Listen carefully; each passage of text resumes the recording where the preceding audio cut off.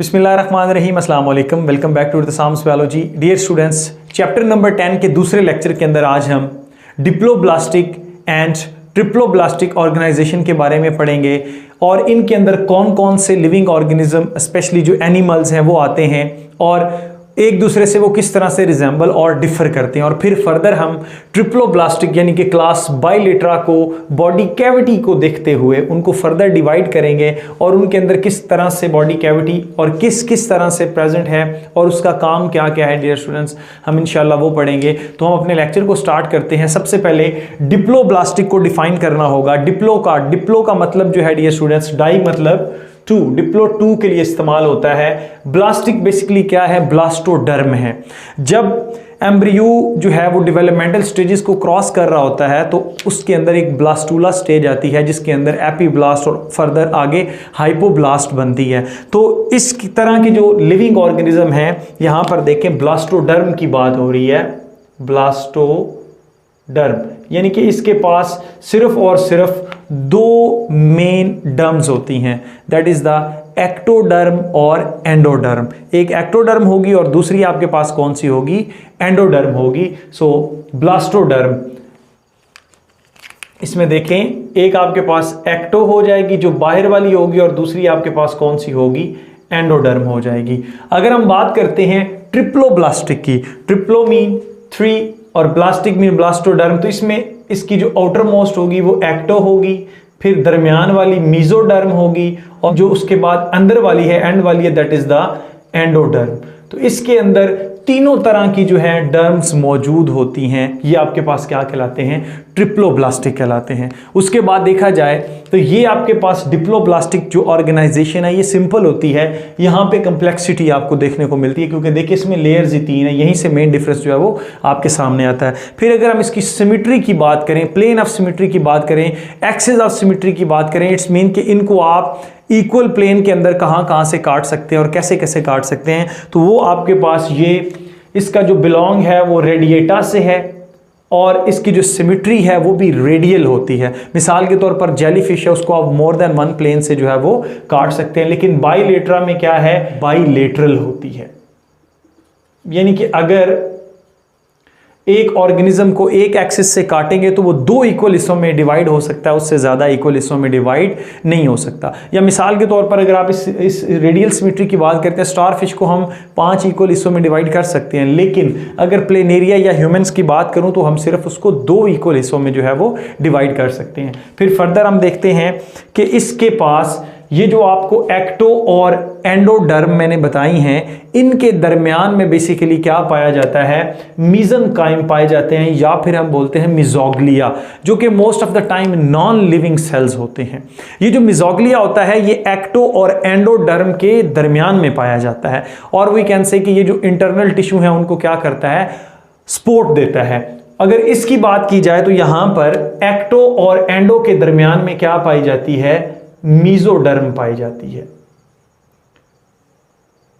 ये मीजोडर्म जो है इसने फिर फर्दर क्या करवाना होता है, स्पेशलाइजेशन करवानी होती है, उसके अंदर ऑर्गेनाइजेशन करवानी होती है, इससे फिर फर्दर जो है वो ऑर्गन्स बनेंगे, वो हम लेटर इसी लेक्चर के अंदर पढ़ते हैं। फिर उसके बाद मैंने आपको बताया है ये सिंपल होते हैं और लेस स्पेशलाइजेशन होती है। ये आपके पास कॉम्प्लेक्स होंगे, मोर स्पेशलाइजेशन होगी।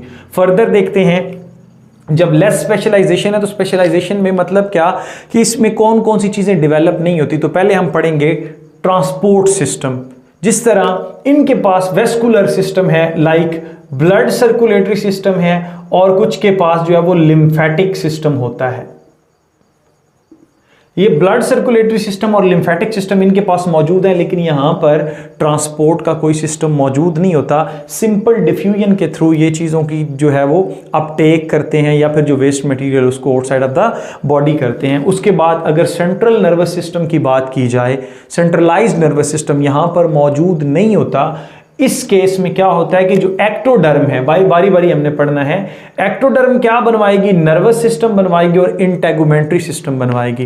याद रख लें, एक्टोडर्म से क्या बनेगा, न्यूरोलेशन होगी, न्यूरोलेशन से क्या होगा, नर्व ट्यूब, न्यूरल ट्यूब बनेगी जिसके अंदर न्यूरॉन्स बनेंगे और फिर फर्दर उसने क्या बनाना है, ब्रेन एंड स्पाइनल कॉर्ड की फॉर्मेशन या एक स्पेसिफिक सेंट्रलाइज्ड नर्वस सिस्टम इसने बनाना है। While in the case of diploblastic organism यहां पर वैसी चीज आपको देखने को नहीं मिलती, तो इस वजह से भी ये कॉम्प्लेक्स नहीं होते, सिंपल होते हैं। फिर उसके बाद इनके पास एक सिंपल सिंगल गैस्ट्रोवेस्कुलर कैविटी मौजूद होती है, लेकिन यहां पर क्या है, बेसिकली सिलोम प्रेजेंट है। अब ये जो सिलोम है ये किससे मिलकर बनती है, मीजोडर्म से बनती है। हमने फर्दर देखना है कि मीजोडर्म इसमें क्या बनवाती है, मस्कुलर सिस्टम बनाती है। पूरी बॉडी, ह्यूमंस की पूरी बॉडी के अंदर जितने भी मसल्स हैं वो आपके पास कहां से मिलकर बने हैं, मीजोडर्म से मिलकर बने हैं। और इसी तरह से स्केलेटल सिस्टम, हड्डियों का जो सिस्टम है वो भी किससे मिलकर बना है, मीजोडर्म। और उसके बाद reproductive and as well as excretory system, याद रख लें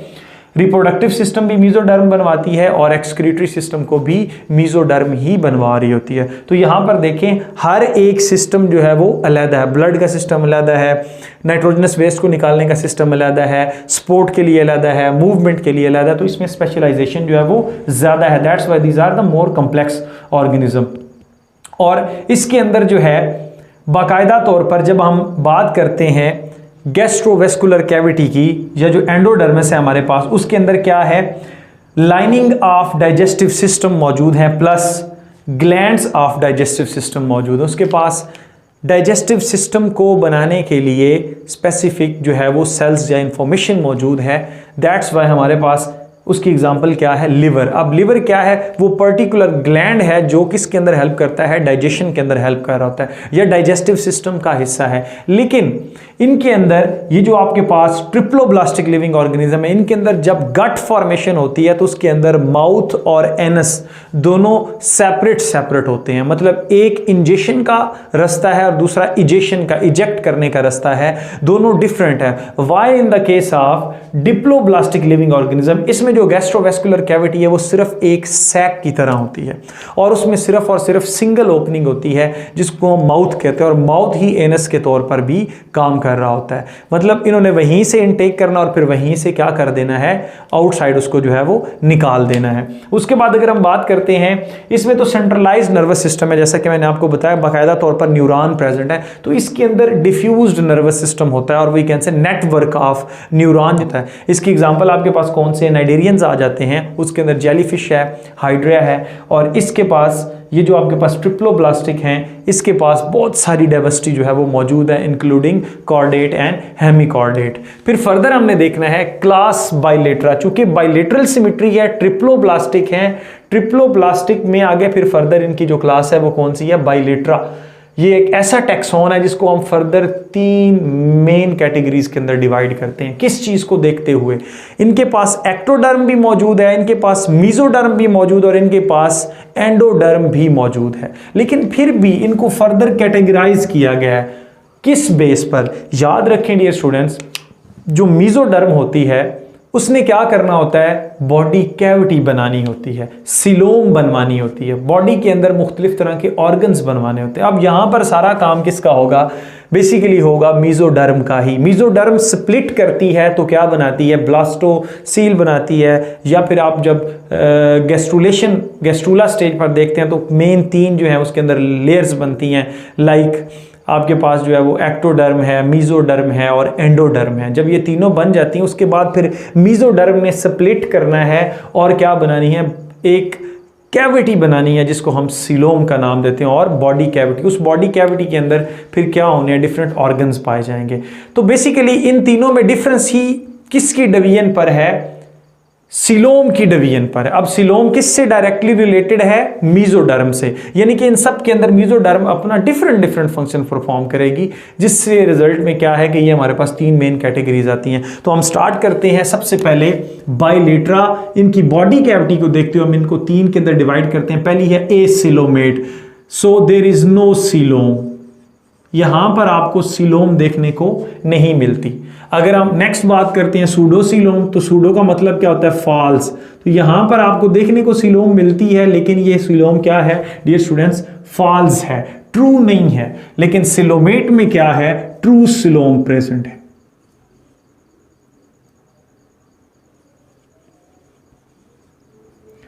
अब हम देखेंगे कि ये जो आपके पास एसिलोमेट है, इसमें एग्जांपल जो है ये जो आपके सामने बना पड़ा है, ये प्लेटीहेल्मिन्थिस से प्लेनेरिया है। इसमें देखें ये जो आपको ब्लैक से नजर आ रही है, ये क्या है? This is the ectoderm. जहां पे जितनी भी ये ब्लैक है ये सारी एक्टोडर्म है, और इसके अंदर ये जो आपको नजर आ रही है ब्लू से, दिस इज द एंडोडर्म।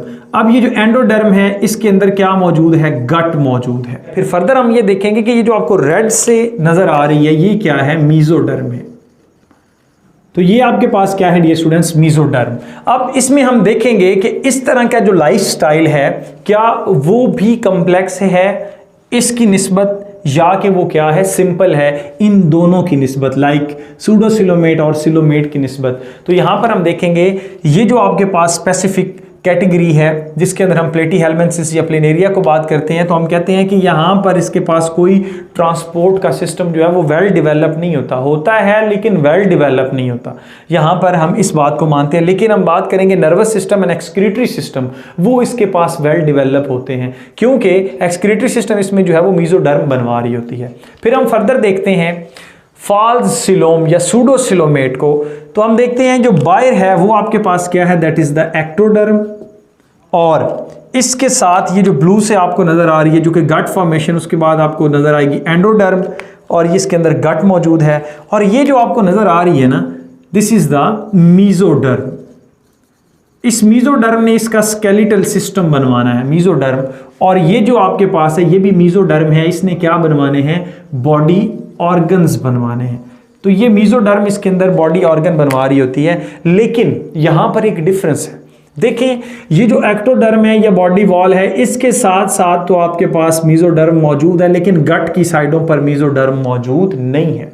तो ये जो दरमियान में कैविटी बन रही है ना, ये कैविटी आपके पास कहलाती है फॉल्स सीलोम। है कैविटी, ट्रू सीलोम नहीं है। क्यों ट्रू सीलोम नहीं है? क्योंकि इसके पास जो है it is not lined by coelomic epithelium, इसके पास सिलोमिक एपिथेलियल सेल मौजूद नहीं है। जिन्होंने फर्दर क्या बनवाना होता है, याद रख लें, इन्होंने आपके पास एक्सक्रीटरी सिस्टम और उसके साथ साथ जो गुनेड्स हैं, लाइक टेस्टीज हो गए, लाइक आपके पास ओवरीज होगी, जो उनके जर्मिनल एपिथेलियल होते हैं वो बनवाने होते हैं। तो इसके पास तो वो मौजूद ही नहीं है। तो इस तरह की सीलोम को हम क्या बोलते हैं? सूडोसीलोम बोलते हैं, ट्रू सीलोम नहीं है। इसकी जो मीजोडर्म है वो प्रॉपरली जो बाकायदा तौर पर जैसे कि एक्सक्रीटरी सिस्टम और गुनेड्स हैं इनको डेवलप नहीं करवा रही होती। तो इस तरह से हम इसको क्या बोलते हैं? सूडोसीलोम। अब ये सारी बातें किसके अंदर हम पढ़ेंगे?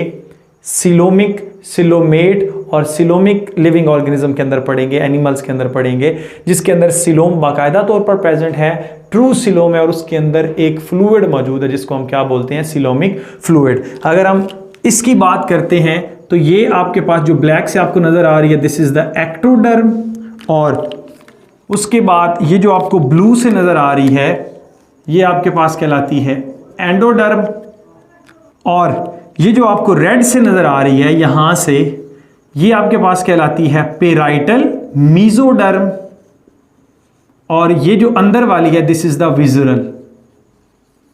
Visceral mesoderm. ये दोनों मिलकर क्या बना रही हैं? बेसिकली ये किससे मिलकर बनी हुई हैं? मीजोडर्म से। अब यहां पर देखें कि मीजोडर्म ही क्या हुई है? इसमें स्प्लिट हुई है, और उसने बॉडी वॉल को एज वेल एज गट को क्या कर लिया है? पूरी गट को कवर कर लिया है। जब उसने कवर किया तो ये आपके पास क्या कहलाती है? ट्रू सिलोम कहलाती है। और इस तरह के लिविंग ऑर्गेनिज्म जो हैं वो सिलोमेट कहलाते हैं। अब इनके अंदर क्या होना है? इनके अंदर गुनेड्स भी जो हैं उनके अंदर जर्मिनल एपिथेलियल मौजूद है, जैसे जहां से स्पर्म और एग बनेंगे। उसके बाद इसके पास बाकायदा तौर पर एक्सक्रीटरी सिस्टम वेल डेवलप है, डाइजेस्टिव सिस्टम वेल डेवलप है, इसके पास स्केलेटल सिस्टम वेल डेवलप है, मस्कुलर सिस्टम वेल डेवलप है, इंटेगोमेट्री सिस्टम वेल डेवलप है, और उसके साथ साथ nervous system, central nervous system, peripheral nervous system, सारी चीज़ें जो हैं वो वेल डेवलप्ड हैं। और जो इसकी सिलोम है उसके अंदर बाकायदा तौर पर ऑर्गन्स जो हैं वो अपना प्रॉपर वर्क कर रहे हैं। तो डियर स्टूडेंट्स, ये था इन सब के अंदर डिफरेंस। आई होप कि आप लोगों को लेक्चर अच्छे से समझ आ गया होगा। Stay connected. Thank you and अल्लाह हाफिज़।